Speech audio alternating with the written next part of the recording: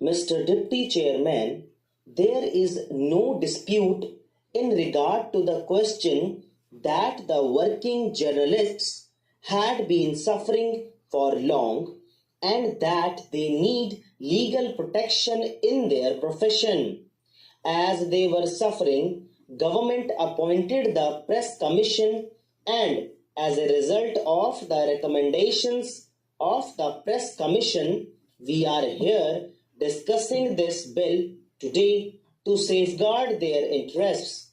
Now, our aim is to protect them from their employers.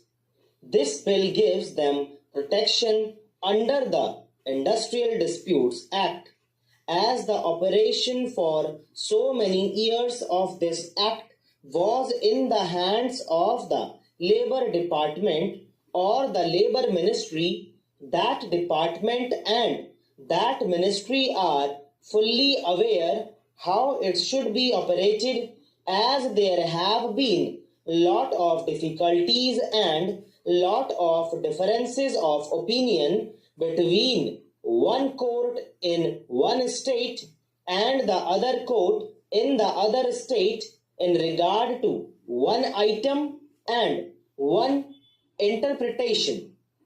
The interpretation is required to be incorporated in this bill as to what is meant by a workman.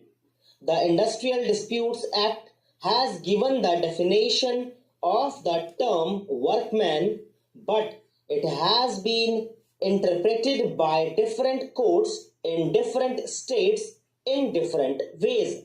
Now again, we are dealing with two parties and one party is the employer.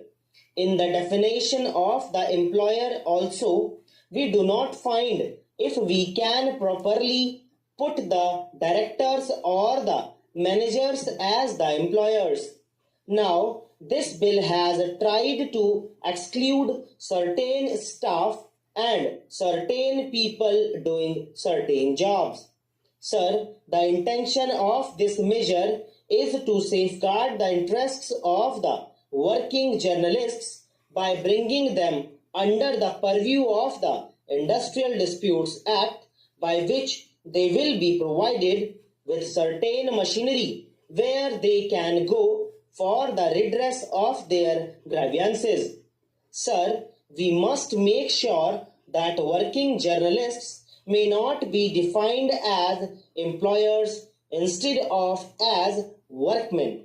If, as we say here, an employer is one who is employed in a managerial or administrative capacity, there is bound to be difficulty. I will cite an example. Now, a working journalist might get 2 typists in his office and he may have 3 peons. He may be actually a supervisor acting on behalf of the manager also. Now, he is performing 2 jobs.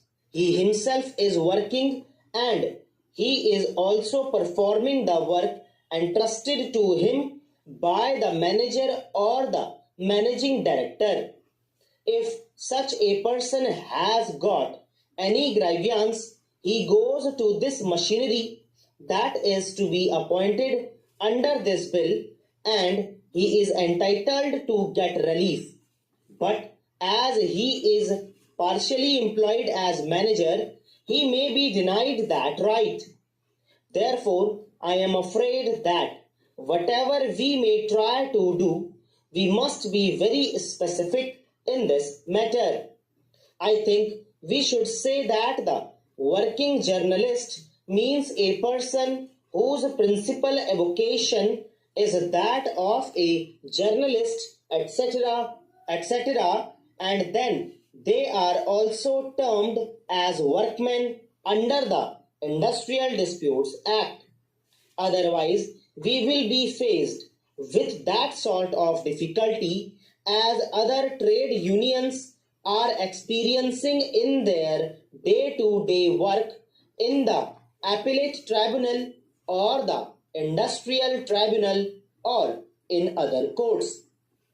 I hope that the minister in charge of this bill will consult the Labour Minister, who is an expert in this matter, as to how to safeguard really the interests of these people by putting a proper definition for the working journalists. Now, I have got another point. Really, this should have been brought forward by the Labour Department, as they have been operating the Industrial Disputes Act. Under the Industrial Disputes Act, we have got some machinery which has got to come into being when there is a dispute. Now, under the existing Industrial Disputes Act, the appropriate government has got to order in writing to this machinery. As the working journalists are spread over throughout the country, I am not clear in my mind whether, for the purpose of the working journalists, this Industrial Disputes Act will be operated by the central government or by the state governments. Both the central and the state governments have their own machinery. From the Chief Labour Commission to the Reconciliation Officer, the Government of India has got a set of machinery throughout the country, and again the state governments have got their own Labour Commissioner and other officers. I want that also must be specifically provided in this bill as to whether they have got to go to the central government or to the state governments for the redress of their grievances.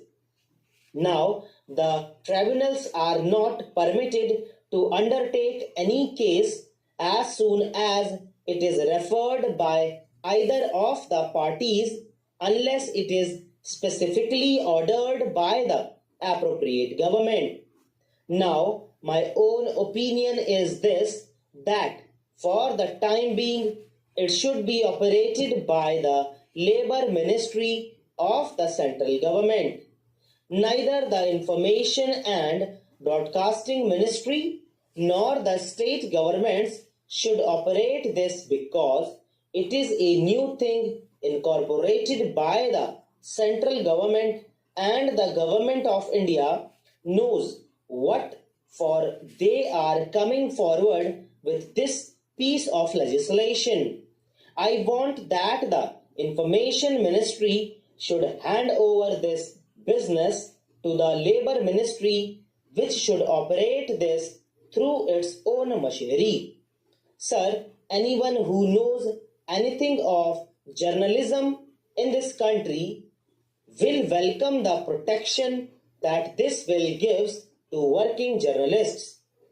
There is no doubt that their present lot is a hard one, and that it is difficult, sometimes even for the best of them, to discharge their duties honestly. But the remarks made by my honorable friend make me anxious to understand the scope of the bill. My honorable friend spoke of the protection given to editors who expressed their views freely, even though they may be unpalatable to the proprietors of their papers. Sir, is it really the object of the bill to make the working journalists to decide the policy of the paper to which they are now attached?